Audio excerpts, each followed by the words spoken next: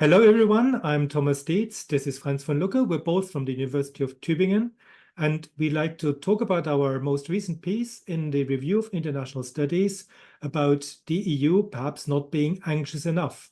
Indeed, these are difficult times for the EU. In 2016, then Commission President Jean-Claude Juncker has coined the term polycrisis.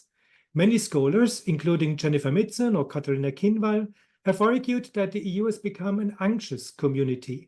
Our analysis of the debates in the European Parliament shows the opposite. There isn't too much, but too little anxiety among EU decision makers. Theoretically, our argument intervenes in the debate about ontological security. In our view, anxiety does not automatically lead to ontological insecurity, but is necessary to retain the ability to adapt to new challenges and to act in a self-reflexive way.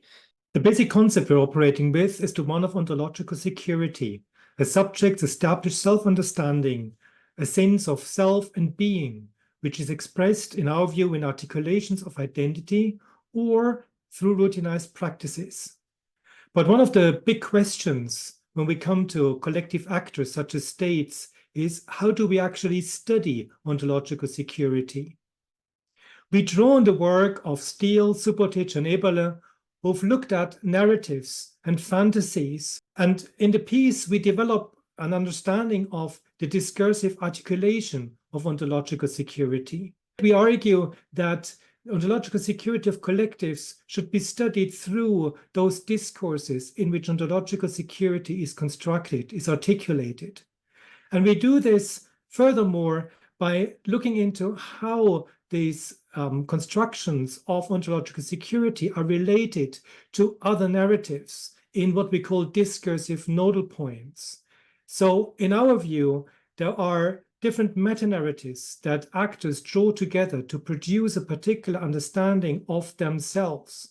And in doing so, they try to establish a particular hegemony, a particular hegemonic understanding of this self.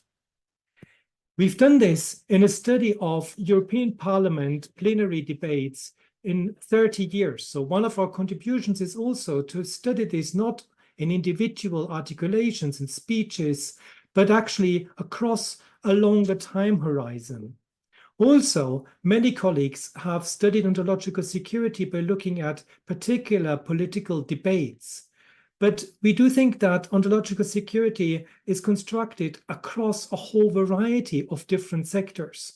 And so our debates span political, military, societal, economic, and environmental affairs.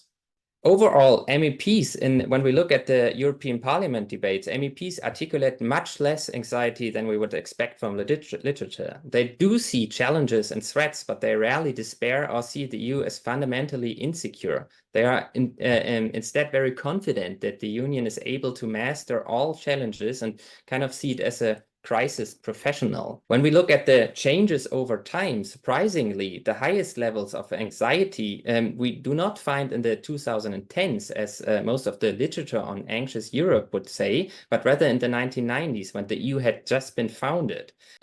Besides the overall levels of anxiety or ontological security, we have also looked at the subdimensions of ontological security.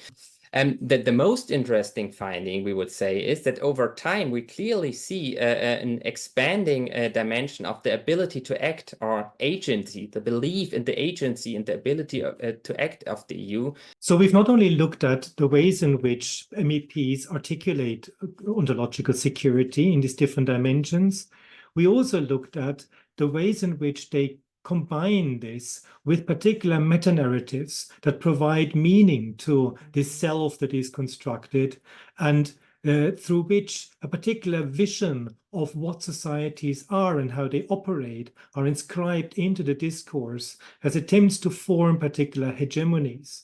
And what we find is that the predominant way in which the MEPs articulate ontological security is linked in particular to notions of progress, an idea that the EU is able and that humans are able to control affairs, and in particular to notions of global power. So we think that our approach makes it possible to analyze ontological security in a more consistent way than others have done. Contrary to the anxious Europe argument, we find MEPs remarkably ontologically secure. At first sight, one would say that is a good thing. However, we also see a danger of becoming self-centered, unreflexive, and missionary, what others have called rigid or maladaptive ontological security. So anxiety, from our point of view, is not a bad thing.